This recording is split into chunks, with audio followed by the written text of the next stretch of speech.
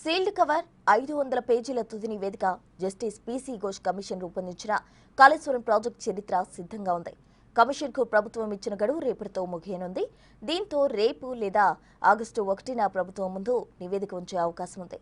కాళేశ్వరం ఎత్తిపోతల్లోని మేడిగడ్డ అన్నారం సుందిళ్ల బరజుల్లో చోటు చేసుకున్న లోపాలు, వాటి ఆధారాలతో నివేదికను సిద్ధం చేశారు.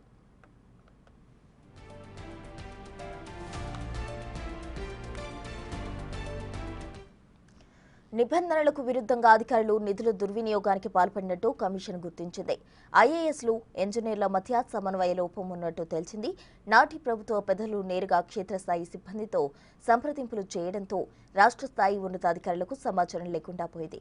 రికార్డుల నిర్వహణ సక్రమంగా లేదు. పూర్తిస్థాయి అనుమతులు లేకుండానే డిజైన్స్ మార్పు చేసినట్టు గుర్తించారు. హైలెవెల్ కమిటీ అనుమతి లేకుండానే బడ్జెట్ రిలీజ్, డిపిఆర్ మార్పులు, మొదట్లో చెప్పిన డిపిఆర్ తర్వాత డిపిఆర్లో మార్పులు జరిగినట్టు తెలిసింది. ఇక 3 బ్యారేజీలకు సంబంధించిన ఆర్థికపరమైన అంశాలు వేరువేరుగా పొందుపరిచింది.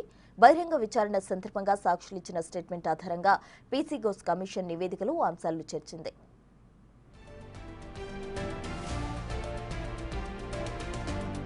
గతేడాది జూన్ నుంచి కమిషన్ ప్రత్యక్ష విచారణ చేపట్టింది. 100 అఫిడవిట్లు, బహిరంగ విచారణలు, ఎన్డీఏఎస్ కాగ్ నివేదికలు, విజిలెన్స్ రిపోర్టులు పరిశీలించింది. ప్రాజెక్టు నిర్మాణ సమయంలో గత ప్రభుత్వం ఆమోదించిన మంత్రిమండలి మినిట్స్, ప్రభుత్వం సమర్పించిన 1000 పేజీల సమాచారం కమిషన్ పూర్తిగా పరిశీలించింది. అన్నింటి నుంచి కీలక ఆధారాలు కమిషన్ సేకరించింది. 3 బ్యారేజీల్లో చోటు చేసుకున్న లోపాలు, వాటికి సంబంధించిన ఆధారాలతో నివేదిక సిద్ధం చేసిందని తెలుస్తోంది.